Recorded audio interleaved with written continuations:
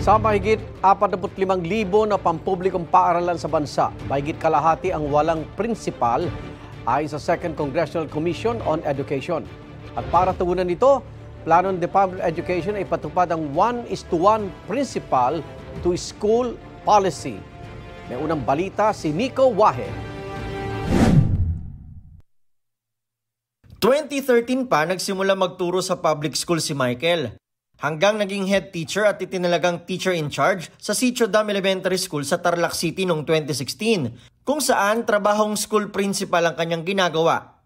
We do classroom observations. Sometimes due to lack of AOs, we do also some sort of finances as to liquidations, and attended training, same with the full-fledged principals. Para maging principal, karaniwang kumukuha ng National Qualifying Examination for School Heads o NCESH. Hindi nakapasa rito si Teacher Michael nang mag-take noong 2018 at 2022.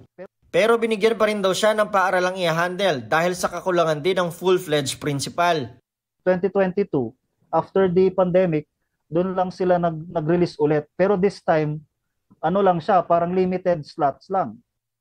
Kaya ngayon, nagre-review raw siya ulit para sakaling may chance ang mag-NCESH ay handa siya.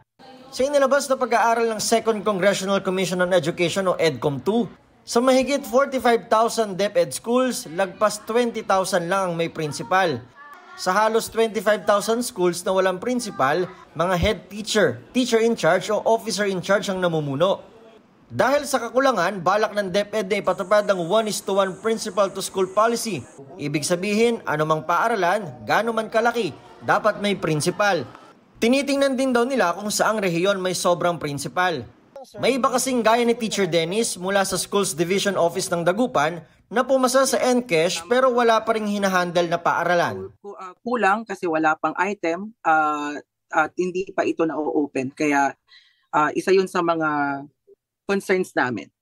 Normally, kapag may na-promote na mga current principals into higher positions, or kung may mga, let's say, nag-retire ng maaga, that's the only time that we can apply for that position once it is open by our division office. Ang panawagan sa DepEd ng mga gaya ni Teacher Michael na head teacher pero tumatayong principal, maging prioridad sila sa promotion o reclassification. Kadalasan daw kasing sila ang nadi-displace kapag may principal nang inassign sa hinawakan nilang paaralan. Sinusubukan pa namin kunin ang panig ng DepEd. Ito ang unang balita, Nico Wahe, para sa GMA Integrated News. Igan, mauna ka sa mga balita, mag-subscribe na sa GMA Integrated News sa YouTube para sa iba't ibang ulat sa ating bansa.